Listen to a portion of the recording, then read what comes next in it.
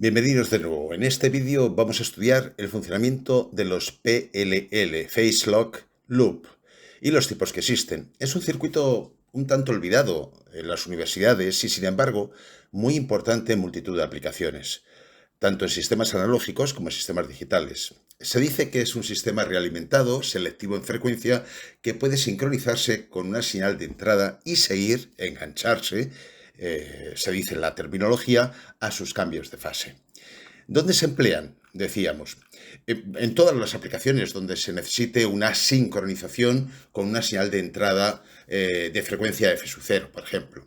En moduladores balanceados, en demoduladores coherentes, tanto para AM, FM, FSK, DQPSK, etc. Sincronización también de datos digitales de entrada a un sistema. Su selectividad en frecuencia les permite recuperar una señal eliminando el ruido también que pudiera tener asociado la señal de entrada. Por tanto, en sistemas de acondicionamiento de señal. Sintetizadores de frecuencia, al poder cambiar el factor n mayúscula, del que hablaremos un poco más adelante, del divisor que tiene de frecuencia, característico de algunos PLL, para adaptarse a aplicaciones con frecuencia de entrada distintas. Bien, comencemos por decir que un PLL es un sistema realimentado, como ya decíamos, selectivo en frecuencia y que puede sincronizarse con una señal de entrada y seguir, lo que llamamos engancharse a sus cambios de frecuencia. Deberíamos hablar con más propiedad de sus cambios de fase. Se suelen distinguir dos tipos de PLL en función de las señales que es capaz de procesar. El tipo 1, que están diseñados para trabajar con señales analógicas o digitales, y uno de los ejemplos comerciales más conocidos es el M565 de Texas Instruments. O tipo 2, diseñados para trabajar con los flancos de las señales digitales, exclusivamente con señales digitales, con sus flancos, y un ejemplo comercial es que se puede usar como tipo 1, tipo 2, es el CD4046B de Texas Instruments. El esquema básico de un PLL tipo 1 para señales analógicas lo tenéis ahí. Hay tres grandes bloques: el detector de fase, el filtro paso bajo en la cadena directa, como podéis ver en la parte superior de la figura, y luego en la cadena de realimentación tenemos un oscilador controlado por tensión, como los que vimos en un vídeo anterior, o por lo menos uno de los ejemplos que vimos en un vídeo anterior.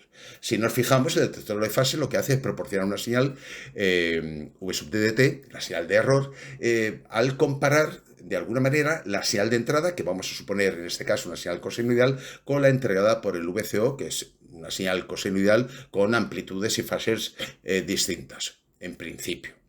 Y el filtro paso bajo lo que hace es recuperar una tensión con el contenido de baja frecuencia y de continua que tiene la señal de error, que es, como digo, la señal que vamos a utilizar para controlar la oscilación del VCO en el bucle de realimentación.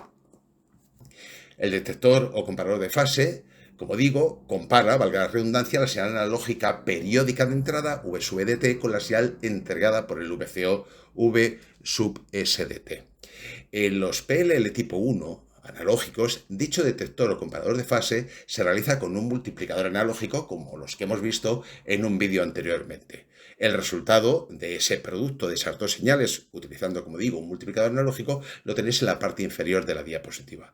Y, naturalmente, ese producto de esos dos cosenos, aplicando las propiedades de la trigonometría, lo que aparecen son dos términos, uno que es suma de frecuencias o suma de fases, y otro diferencia de frecuencias o diferencia de fases. Lo podemos ver de cualquiera de las dos maneras. Bien, como decía, por su parte, el filtro paso bajo obtiene, a partir de la señal de error, una señal que son las componentes de baja frecuencia y de continua de la señal correspondiente, de la señal de error. Obviamente, esa señal puede cambiar lentamente en el tiempo, su valor, dependiendo de las variaciones de la señal de error, pero el filtro paso bajo a veces es un simple filtro pasivo, como es el que se muestra en la figura. No siempre es así, luego veremos algún ejemplo al final de la presentación.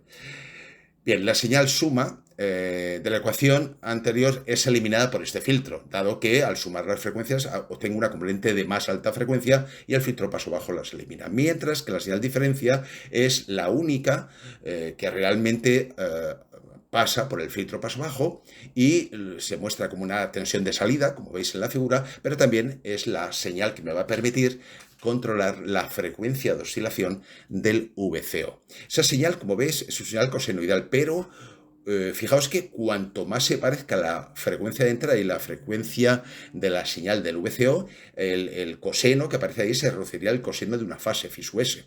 Bueno, de eso nos vamos a ocupar ahora.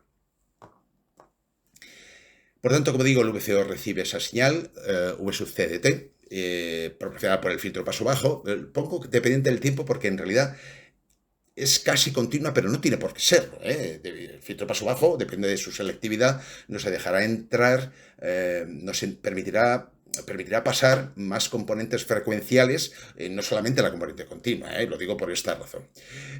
Bien, cuando la señal de entrada es cero, es decir, cuando no hay señal de entrada, el VCO proporciona una oscilación llamada de frecuencia libre. El VCO es un oscilador y por tanto oscila, tanto si hay señal de entrada en el PLL como si no.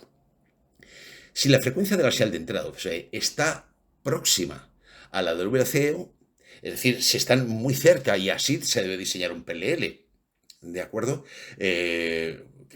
Que esas dos frecuencias estén relativamente próximas. Y luego hablaremos de los conceptos de margen de enganche y margen de arrastre, etc. Pero bueno, en principio, si consideramos que estas dos frecuencias deberían de estar cerca, debemos conocer a priori aproximadamente cuál es el rango de frecuencias de la señal de entrada o entre qué valores puede variar para que el VCO se pueda enganchar y que esas dos frecuencias, V sub E y F sub E y F sub S, las dos frecuencias de la señal de entrada y de la señal de realimentada, sean muy parecidas. Cuando ocurre que son iguales, cuando ocurre que esas dos frecuencias son iguales, se dice que el PLL se ha enganchado. Ahora bien, con el PLL enganchado, las frecuencias de ambas señales, F sub E y F sub S, son iguales, diferenciándose, como decía anteriormente, solo en la fase phi sub S. A esta fase se le denomina error de fase y por tanto la expresión que veíamos en la diapositiva anterior se resume ahora sí que es una señal constante, ¿de acuerdo? V sub c, por eso la dibujo o la represento con una mayúscula, es la expresión que tenéis en la figura. Eso sí es constante, depende de la fase entre esas dos señales. Este error de fase siempre está presente, en mayor o menor medida siempre está presente. Pues bien, a partir de este momento, cualquier variación de la frecuencia de la señal de entrada, el PLL lo que hará será adaptar la frecuencia de oscilación del VCO para que sigan enganchados, es decir, para que esas dos frecuencias sean iguales, para permanecer enganchado. Como decía, el margen de frecuencias en el que el PLL puede seguir a la entrada se llama margen de seguimiento o mantenimiento. También margen de arrastre en alguna bibliografía. Por su parte, el margen de captura se define como el rango de frecuencias en el que el PLL puede conseguir engancharse. Se puede demostrar, aunque yo no lo voy a hacer, que el margen de seguimiento, de acuerdo, es mayor o igual que el margen de captura. Es un poquito más amplio. Bueno, las dos salidas del PLL, en general, permiten realizar la mayor parte de sus aplicaciones.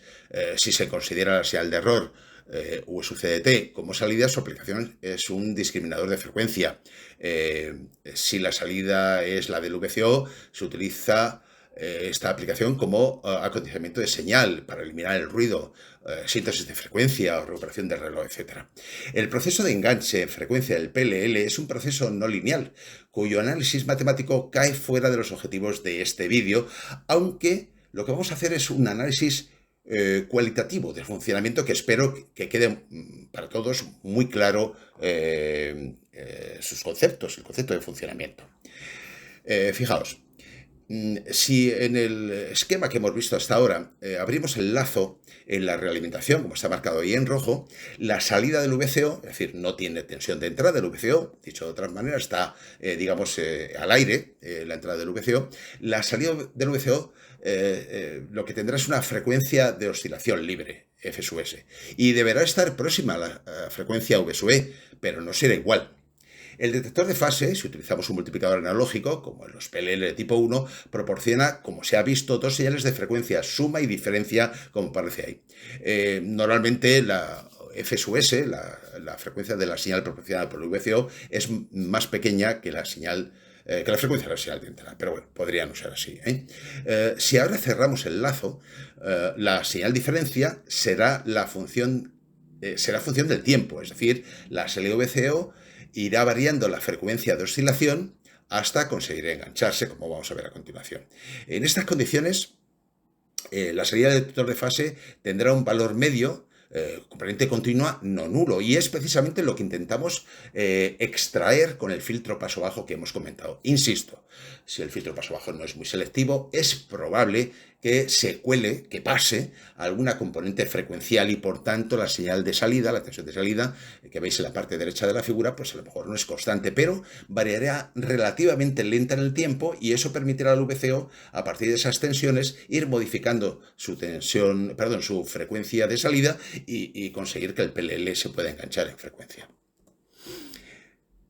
Bien, una vez que está enganchado, el pequeño error de fase, phi sub s, mejor la diferencia entre las fases de ambas señales, que podría darse tanto el VCO como el detector de fase pueden tener su propia fase inicial, en fin, bueno, está siempre presente.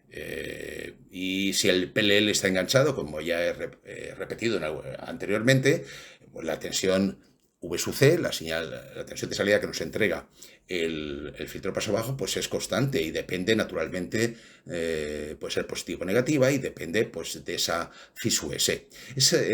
Fijaos que K mayúscula sub D mayúscula se expresa en voltios por radianes y es la ganancia del detector de fase y la señal V sub C de T, por tanto puede ser positiva o negativa en función de cuál de las dos frecuencias sea mayor, la de entrada o la del VCO. Bien, si el filtro paso bajo, insisto, es suficientemente selectivo, se obtendrá una señal que, tras un tiempo de enganche, será prácticamente constante y que responderá sus variaciones a las variaciones que pueda tener de fase la señal de entrada. Si no lo es, quiero decir, si no es suficientemente selectivo, veremos que la señal de tensión de salida que proporciona el filtro paso bajo varía, pero lentamente en función del tiempo. Eso es lo que se debe perseguir en todo caso. Además, por otro lado, el valor de V sub C de T se alcanza, el valor máximo de V sub C de T se alcanzará cuando la constante K mayúscula sub T sea máxima para valores límites de la señal, del error de fase. Es decir, fijaos, para valores de esa fase phi sub s de más o menos pi medios es cuando realmente tenemos el valor máximo de V sub C de T cuando K mayúscula sub T sea máxima. Para eso lo que hacemos es que K sub T lo despejamos, le derivamos V sub C respecto de la fase, ¿de acuerdo? Y al derivar, pues obviamente me sale una señal seno y obviamente ese valor K sub T es máximo, pues cuando phi sub S vale más o menos pi medios, máximo valor absoluto. Bueno, algunas conclusiones de diferenciaciones finales para un PLL tipo 1. El tiempo que transcurre desde que se cierra el lazo hasta que, como decíamos anteriormente, hasta que el PLL se engancha se llama tiempo de arrastre, el pulling time. El margen de seguimiento, como ya hemos dicho, viene dado por el rango dinámico, es decir, los posibles valores de la señal V sub C de T que ha de controlar el VCO. El valor máximo de V sub C de T se alcanzará para los valores límite del error de fase, obviamente, como hemos visto anteriormente. Pero claro, esto puede suponer una limitación para que el propio PLL se enganche. Ahí tenéis de qué depende ese margen de frecuencia, ese margen de seguimiento, incremento de F sub seg, porque lo he llamado así, y esa K sub 0 pues está expresada en hercios por voltio, que es la ganancia de conversión del VCO. Esta expresión es muy sencillita. Bien, pero ¿qué hacemos entonces para conseguir ampliar el margen dinámico de funcionamiento del VCO? Es decir, que la tensión que controla su frecuencia de oscilación, abarque un margen de seguimiento más amplio. Pues lo que se suele hacer, como veis en la figura, es situar un amplificador en la cadena directa después del filtro paso bajo. De esa manera lo que conseguimos es pues tener un rango de valores de la señal de salida V sub CDT más amplio y por tanto el VCO, siempre y cuando esté diseñado de esta manera, obviamente tendrá un rango más amplio de frecuencia de oscilación y por tanto tendrá un margen de seguimiento pues más amplio, lo cual le hace un mejor PLL, ¿de acuerdo? En muchos libros se hace además un análisis en el dominio de Laplace para estudiar y garantizar la precisión, la estabilidad y la linealidad del VCO, que está fuera de los objetivos de este vídeo. Bueno, pasemos ahora a pues, cómo es el detector de fase. Pues el detector de fase, ya hemos dicho que generalmente para señales analógicas es un multiplicador analógico, pero para señales digitales puede ser simplemente una puerta XOR, como veis ahí. Fijaos lo que ocurre. Esa puerta XOR, sus entradas son directamente la señal de... Estamos ya en señales digitales, aunque el PLL sea de tipo 1. La señal de referencia o de entrada con una frecuencia de F sub E y la señal del VCO de la realimentación, que es F sub S. Si la señal de referencia, como veis en los diagramas de tiempos de la parte inferior, es la que tenéis, una señal cuadrada de una determinada frecuencia, y la señal entregada por el VCO, en principio, debería ser de la misma frecuencia, pero como veis en la figura, no tiene por qué estar en fase. ¿De acuerdo? Es marcada una zona sombreada en rosa, pues cuál es la diferencia de fase tanto en los flancos de subida como en los flancos de bajada. Pues de eso se trata. Se trata de generar un pulso, ¿de acuerdo? Al hacer el XOR, lo que tenemos es un tren de pulsos, pero como veis ahí, que cubre la diferencia de fase tanto en el flanco de subida como en el flanco de bajada, pero claro, observamos que la frecuencia de la señal que sale de la puerta XOR es 2 veces la frecuencia de entrada. Esto hay que tenerlo en cuenta en el diseño de los PLL tipo 1 para señales digitales. Por tanto, generalizando, a veces es algo más que una mera puerta XOR, y lo que obtenemos es que la señal de error en realidad puede ser de frecuencia n veces mayor, n mayúscula veces mayor. Esto permitirá pues ajustar mejor incluso o hacer que el enganche del PLL sea más preciso. Por eso en muchos PLL aparece después del VCO un divisor de frecuencia, porque la señal que le llega al VCO, o sea, lo que va a hacer el VCO es oscilar de acuerdo a una frecuencia que le hemos podido sobredimensionar para ser mucho más preciso en el enganche del PLL. Pero claro, al hacer eso, ¿de acuerdo? Pues hay que dividir la frecuencia por n, claro. O bien, directamente la señal de error que realimentamos, pues al final pues puede tener alguna componente frecuencial. Bueno, en cualquier caso, lo que quiero decir es que se puede introducir un divisor de frecuencia en la cadena de realimentación si hacemos que el VCO oscile a una frecuencia más elevada, pues por cuestiones de precisión, para hacerlo más inmune al ruido, como veremos ahora, etcétera, etcétera. En este detector de fase tipo 1 se puede comprobar, como hemos visto, que la señal de error tiene en general es 2 veces mayor su frecuencia que la señal de referencia. El VCO podría, como digo, generar señales de frecuencia múltiplo de F sub E para mayor precisión, como decíamos en la diapositiva anterior. Por eso es necesario el divisor por n mayúscula en el lazo de realimentación. ¿De acuerdo? Cuanto mayor podemos tener un oscilador de una frecuencia más elevada, utilizando una estructura de un VCO de mayor estabilidad en frecuencia, pero eso nos lleva a que antes de hacer la detección de fase tenemos que dividir la frecuencia, claro, de la señal digital. Recordad que con este tipo de puerta XOR lo que estamos tratando es PLL tipo 1, pero para señales digitales. El ruido, las tolerancias de los componentes, las derivas, etcétera, impiden un enganche perfecto y que los pulsos de la señal de error desaparezcan.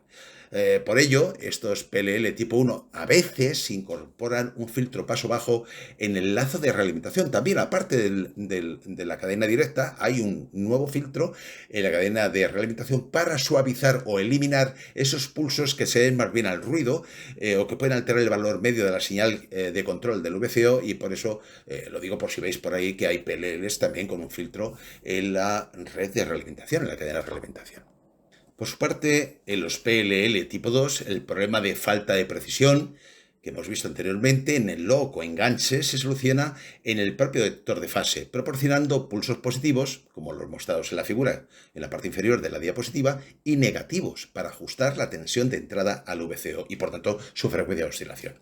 Si el flanco de la señal de referencia se produce antes que el de la señal del VCO realimentado, se produce lo que se llama un pulso anterior, con lo que la tensión proporcionada al VCO es positiva y se aprovecha para que el flanco se produzca antes. En caso contrario, se produce un pulso posterior, es decir, la tensión de entrada al VCO sería negativa, es decir, el flanco se produciría antes, o se había producido antes en la señal del VCO que en la señal de referencia o de entrada, y por tanto, con esos pulsos positivos y negativos, lo que vamos a conseguir es ajustar, o mejor dicho, hacer que el PLL se enganche con mayor facilidad. ¿Cómo es un circuito de este tipo, de un PLL tipo 2? Bueno, ahí lo tenéis, el detector de fase en este tipo de PLLs es lo que se llama un Phase Frequency Detector, un PFD, y está construido con dos flip-flops tipo D, como los que tenéis en la figura, para detectar los flancos de las señales junto con dos fuentes de corriente para cargar o descargar el condensador del filtro, paso bajo, el charge pump que tenéis en la parte derecha, y esa señal es con la que ataco al VCO. Fijaos, ahí tenéis dos interruptores, SS1, dos switches, SS1 y SS2, y el control lo que hace es activar el switch SS1 y desactivar el SS2 para que el condensador C se cargue, de acuerdo, cuando naturalmente el flip-flop correspondiente es un pulso, como decíamos, anterior de la señal de entrada, y por tanto se produce un pulso positivo. Pero si ocurre al contrario, lo que se activa es el switch o interruptor o conmutador, perdón, SS2, y lo que hace, y no el SS1, y lo que hace es descargar C hasta conseguir una tensión negativa a través de la fuente de alimentación menos V sub E. Esto es un circuito típico, clásico de los PLL tipo 2. Circuito que se emplea, por ejemplo, y con esto vamos terminando, en el PLL comercial de Texas Instruments CD4046B, que, como se observa, la figura puede funcionar tanto como tipo 1, mediante la puerta XOR, y como tipo 2, mediante un comparador de fase tipo 2. En todo caso, recomiendo las hojas de características y las notas de aplicación, notas de ingeniería que publica el fabricante en cualquiera de estos circuitos integrados para las distintas aplicaciones más usuales. Ya digo, es un circuito muy sencillo, hay que entenderlo bien y nos permite hacer, o nos permite entender muchas de las aplicaciones que damos, digamos, por sabidas, pero no es exactamente así. Bueno, este es un tema complementario, espero que os haya gustado, no imprescindible para seguir el resto de los vídeos relativos a modulación, así que el próximo vídeo, después de este, nos adentraremos ya en la modulación analógica no lineal. Muchas gracias.